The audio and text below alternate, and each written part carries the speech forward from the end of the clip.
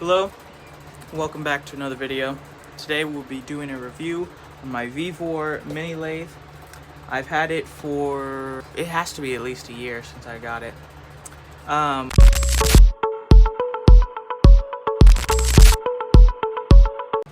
My first big complaint is the live center. It barely works because this part is different. It's different thicknesses at certain ends to where back here it just slides even when it's in the locked position. Up here it's in locked position and won't go forward. And also this falls out constantly. But when you're trying to use the live center, it just starts pushing it backwards because it loosens the bolt that holds it down and starts pushing it backwards.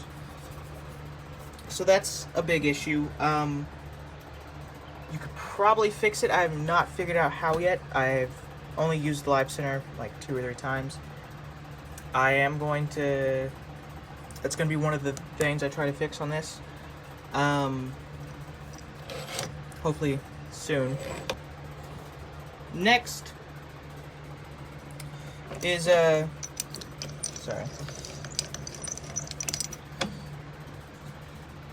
lathes do not come set up correctly to where they're not accurate, which I wasn't expecting it to be completely accurate. I would have liked it to be a little bit more accurate than it is. You're gonna have to disassemble. Have to disassemble a lot of it. I have taken apart all this setup. I've gotten it closer to being dead on. Still some work. I'm gonna take it apart again for a future video, and try to get it all accurate. Get as close as possible to dead on, because it's just a pain when you're trying to machine something and it ends up not coming out well.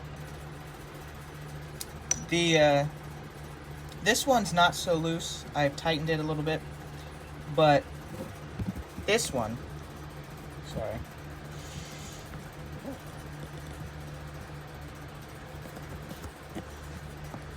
this one is really loose, to where if you're machining something and it's like a harder material, it will just slowly start moving backwards usually, or in the direction of the least resistance. Also, this I'm gonna have to fix because it is loose. I don't know if you guys can see it, but it wobbles a little bit. I'm gonna have to tighten some things. It's not a precision tool, which is not what I was expecting. I was expecting to be decent for its price, which it's not bad, as long as you're able to fix a lot of the issues on your own.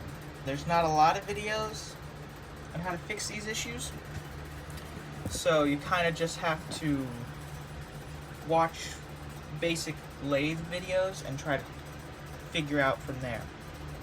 I will try to make some videos on how to get everything fixed so you can kind of get a better idea. Yeah, there's not that many issues. I mean, the paint's not good, but it's not that big of a deal. You didn't buy it for the paint, you bought it for its quality, of machining quality, which can always be better, but we can also fix it. You can also buy attachments for this pretty easily. They sell a bunch on Amazon that are made specifically for these lathes, but I haven't messed around with any of those really. I'm just going to be trying to get this as accurate as possible, so it is a decent machine.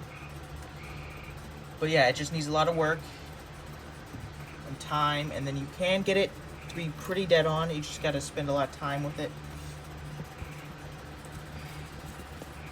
And I will play clips so you guys know what I'm talking about, because otherwise it would be kind of a boring video. Yeah, you gotta mess around with it a lot. Gotta tighten things, loosen some things, take things apart, reassemble them to get it closer to accurate. Mine was pretty far off when I got it. I have gotten it a little bit better. I have got it a little closer to being finished, or not finished, but like zeroed in.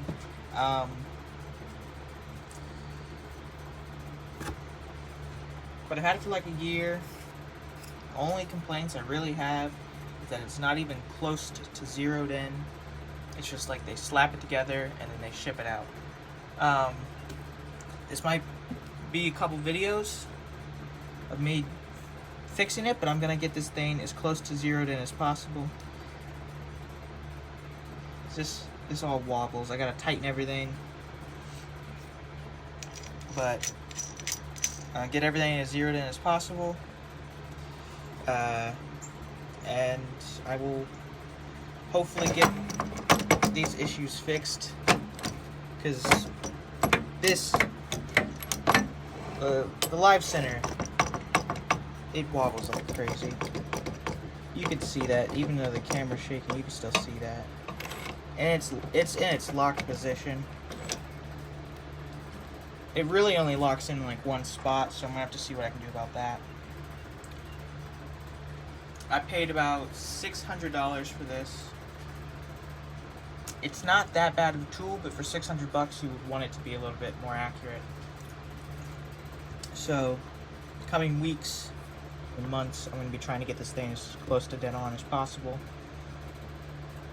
and do some repair videos for you guys. So if you have one or a similar one, you can try to figure out. I haven't had to replace any parts just yet. Nothing. Okay, so to wrap up the lathe review, because in the video, like the previous clips, I didn't really explain my thoughts. Personally, if I needed a lathe a lot more and for like high precision projects, I would not buy this lathe. I would buy a more expensive, better quality lathe. But if you don't have a lot of money, you just need to do a couple quick projects, you're not going to use it much else, it's a pretty decent lathe for that. But if you have more money you can spend on a higher quality lathe, I'd recommend doing that. But if you're just doing simple little projects, this thing will work pretty fine. You just gotta do a couple things. But other than that, it's a decent quality lathe for the price anyways. The more expensive ones will obviously produce better quality products. That's all. If you guys liked, please consider subscribing, and I'll see you next time.